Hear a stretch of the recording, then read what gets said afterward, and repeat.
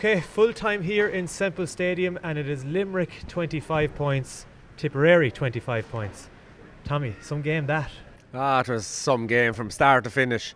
Limerick started like a train. After less than a minute, Aaron Gillan had the ball over the bar. And we were saying, is this Limerick? Are they back?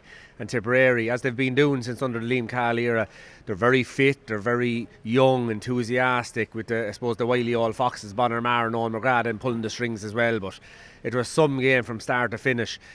We were all wondering at half time, how many times have we seen it? Limerick coming out in the second half and just blowing this Tipperary team apart.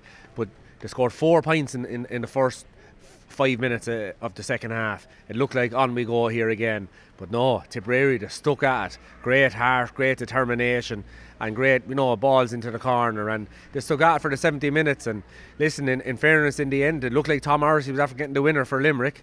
And I said, true champions, the way they responded. But no, there was still more drama to unfold. And up stepped John McGrath. He was a sub, only on a couple of minutes. And I felt it was a very, very difficult free to take, even though he's been taking frees for years. Yeah. To do that after coming on and over the bar. Fair play to him. A great game and a great result. And he took a heavy belt just before he had the free, didn't he? He did, and there were question marks around who's going to take the free. They were looking in, bring out Callan. Garrod was after going off, so he was after scoring 9 points, 8 frees before that, but he was after, leaving the fray. And Liam Cahill was pointing in. He wanted McGrath to take it. He knows what's in the McGraths. He's seen everything that the Noel and John and all the Lochmore boys have won over the years, hurling and football, and then Tipperary, a couple of All-Irelands as well. So he knows what's in him. And Semple Stadium, he's done it probably many times here in the Bass, John, and straight over the black spot. Interestingly enough, down in the tunnel there, it seems that both Liam Cahill and John Kiley didn't want to come out and speak to the media. Neither of them lost, neither of them won. But why would you think that is?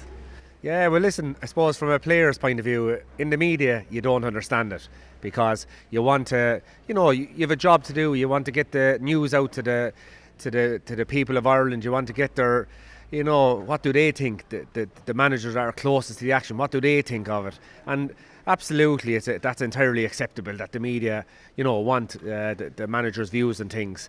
And from the other side of the fence then, I suppose, where I was before coming here, the only thing you're thinking of is next week. It's an All-Ireland final for both of them. If either of them lose next weekend, possibly they're out of the championship. Yeah. And that's, I suppose, where they're thinking of. They're not thinking of, I suppose, enlightening the people of Ireland on what went on in the match or their views. They're just thinking, how do we get ready for 6 or 7 days' time? How do we keep our team in the race for the McCarthy? You have to look at Kiley. They're going for records here. They're going for, in Munster, they're going for the 5 in a row. In the All-Irelands, they're going for 4 in a row. Kiley's up there with 4 All-Ireland titles himself. He's second to Brian Cody already in his managerial career. Yeah. So he wants more. And Liam Cahill obviously is in all he won. These guys are winners. They've done it in the past. So I think they probably say, listen, we're going to focus again. It's not 3 weeks to the next match, which was when I was hurling. And you have time, you can give your views, but it's a week. And I think that's all they were thinking. Who do you think could come out of here feeling like they've lost the game? When Tipperary played Cork, it seemed like Tip had kind of lost the game in a sense, and Cork earned a point. Tipperary maybe lost a point, How do you think both camps are nearly walking out of here today thinking we could have won that? Yeah, both teams definitely, but I would imagine Limerick are probably that bit more disappointed. Okay. When Tom Morrissey put the ball over the bar, it looked like this was it, and they'd go up to the 4 points. But interestingly enough, I don't think it really mattered to Limerick after Clare winning. Obviously it'd be great to get the points and maybe get to the Munster final, but to stay in the race, they have to beat Cork next week anyway. Yeah. So I think that was important, because otherwise they would have been hopeful that Watt would turn over Tipperary. So it's in their hands, and it would have been, regardless of the result, Limerick. For Tipperary, it's a huge point. Absolutely. According to my calculations, the only way Tipperary can go out of the championship now is if it's a draw between Limerick and Cork. So I think it's a huge point, because if it's 70 minutes gone next week between Limerick and Cork and there's only a point in it, suddenly then. So listen, it's going to be huge next week, and I think Tipperary will definitely be happier with the point. The talk around Limerick during the week was the rumour mill had started. and Ger Hegarty had left the panel. And look, you probably have had experience with this, that this stuff just happens when you're a team at the peak of your powers. This kind of stuff, and it happens a lot now because of social media. Yeah. Does that filter into someone's game? Ger Hegarty just didn't seem like he was on song today, and he was man-marked by Dan McCormack absolutely brilliantly today. But do you think that's seeping into him and some of the players, or?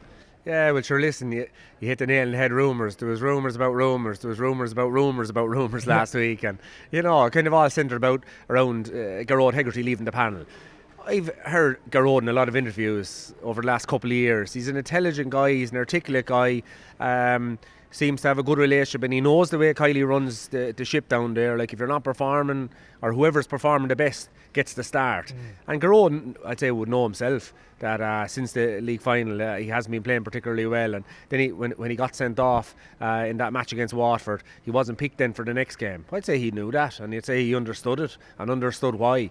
And I think we seen out there when he came off, he was taken off today. A big handshake from Kylie, a big pat on the back. Well done, kid. Keep it going. So listen, I never believed in any of them rumours. When there's champions, you see, there's scrutiny, there's a focus on you. And another point as well, like, people ask, are Limerick dirty? And the way I look at it is, you see Tipperary today giving it to him physically. You see Clare the last day giving it to him physically. When you're the underdog, it's great. You have great heart. You have great determination. You have great commitment. But when Limerick do it, they're dirty. Yeah. So, and it's not really Limerick, it's just the champions. It happened to us, it happens to the great soccer teams, it happens to teams when they're on top. People will look at them differently, and they're well able for that, and they have Caroline Curran there with them as well, so there's no problem to them. But the other, I suppose, point on Ger Hegarty's performance himself, you see, it's very difficult. He's the man now that they're all trying to man, and Cian Lynch the same. They're running around man-marking these guys. Yeah. And I always felt when you're, especially the game that the half hours for Limerick plays, it's running. So it's all you need a back, stay running with them, stop them getting the ball. It's different if you're in the full line. There's a ball goes into the corner, it's a sprint, it's reading the game. If you're fouling, then it's a free, it's clear to see for the referee. But when you're just running around the middle of the field and there's a guy sticking to you, it's very hard to call a free there, because he's not really fouling, he's just sticking with you, maybe tipping off you and stuff, putting you off your game. And Limerick's game around there is all run out, give the short hand pass, give the short stick pass out to the three lads across the half hour line. Yeah. But that doesn't happen if you're being man-marked, you see. So that's why probably, Hegarty, they might have to put him in maybe on the full line, or put him out to maybe midfield or something like that. But, all in all, like, Tom Morrissey is really pulling the strings for them at the moment. He scored... Yeah, a bit of an unsung hero, isn't he? Oh, he is. Like, I was looking at him there today, like, he scored another 4 points from play. Yeah. Scored the one that we thought was going to win it for Limerick. So he's been fantastic. But I thought for the second half, Cathal, the three players that brought him back into the game were their half-back line. Diarmaid Burns, Declan Hannon and Kyle Hayes. I thought they were absolutely super. Yeah. They were like a brick wall. Burns scoring them on end and keeping the ball from going in. He's brilliant man of the year as well. He comes and takes a free here. I'd say it was to level the game, or put him behind up with a few moments to go as well. Out here 100 yards out and straight over the bar. He puts them over the bar like they're 21s. Yeah. And Hannon, in fairness to Hannon, he was quite in the first half. He was absolutely awesome in that second half. Yeah. And it just the character that they show him. But both teams, like, it was a ferocious effort and great Munster Championship match. Who impressed you for Tipperary? For Tipperary, the stars all over the field. Rhys Shelley, the goalie. Yeah. We were all wondering, like, where did this guy come out with? Yeah. Mike Harkey Boris. And rang, a few lads from Tipperary just to, see, and they said playing brilliantly for the club. And they said the big thing with him, great shot stopper and great puck outs. His puck outs today were, like, he was putting them into to places on the field that, like Rory McIlroy wouldn't put a golf ball. And he really showed why he was picked. He was absolutely awesome. Now, if he hit that a yard or two, or it was a wet day, they could have been gone into the Limerick lads' hands. But today he was absolutely awesome. Cathal Barrett until he went off. It looked like a concussion, I'd say. There was a bit of a disagreement. Cathal wanted to come on, but it looked like the doctor was saying no chances. And that seemed to be the discussion down here. And I suppose as a player, you just want to get back on the pitch, don't you? Oh, you do. Like that's no decision for a player to play. Like if you want arm falling off, you'd want to go back out and try and win a ball. Like, that's just the nature of the beast. It's why you're playing county hurling. But yeah, Cathal went off, but you knew the doctor was just saying no.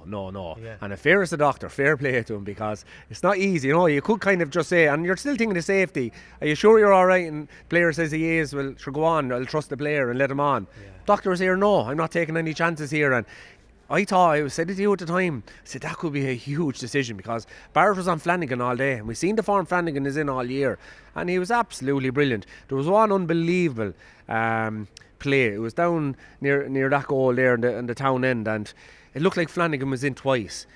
Barrett he dived at one time and stopped him, and then he went back and dived and flicked it, rose it up and played it out, and it was just one amazing piece. And the stars all over. Brian O'Mara was brilliant. I thought Dan McCormick, he followed around Hegarty all day. Noel McGrath's was the wizard again. He seems to be getting better with age.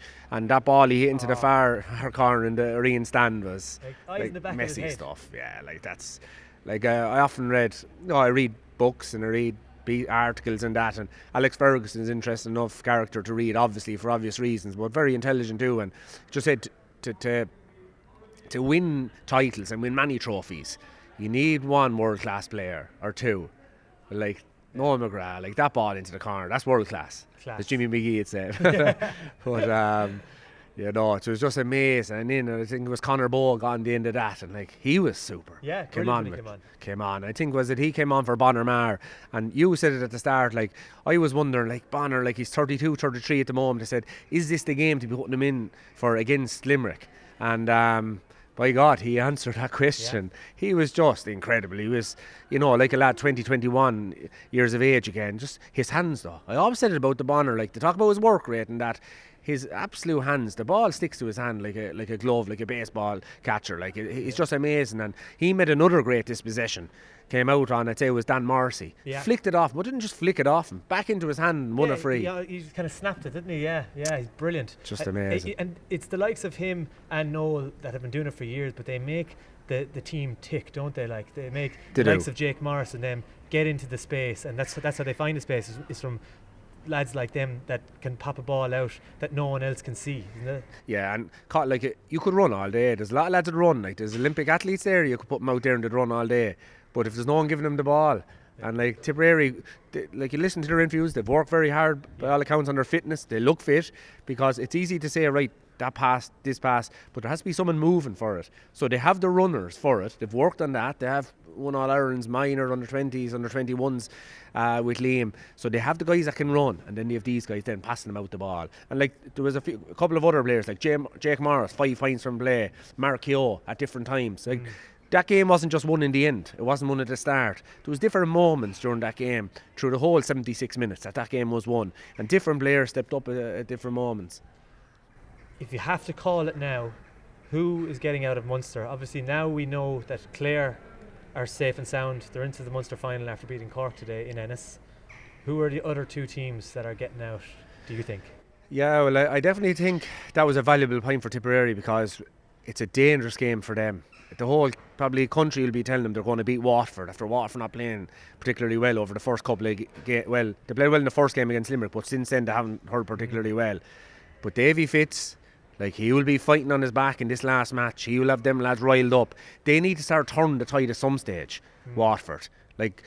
When there was knockout championship during COVID, no round robin, they got to an All-Ireland final and All-Ireland semi-final. It only seems to be this round robin that seems to be a league or a championship that they can't seem to control at the moment. So they need to get one win just to get the show back going again. So they will be looking at this, I'd say, as if it's a way through to the Munster Championship, the All-Ireland Championship, even though they're gone. So it's a dangerous game for Tipperary. They could go in expecting a kind of a soft down match. They'll be anything but soft against that Waterford team. But I think myself they will win, because Cathal, that's the way he is. He'll prepare that team properly. So I think Tipperary will go through. Cork or Clare are obviously through. So I think it'll come down to the winner of Cork and Limerick. And it's hard to bet against the champions, but you would say for Cork, the difference in them this year compared to other years is when they're getting beaten, by 4 or 5 points. They don't end up getting beat by 6 or 7 points. They bring it back. Today they brought it back and were very unlucky to lose. Yeah. But, they're still in the hunt at all times.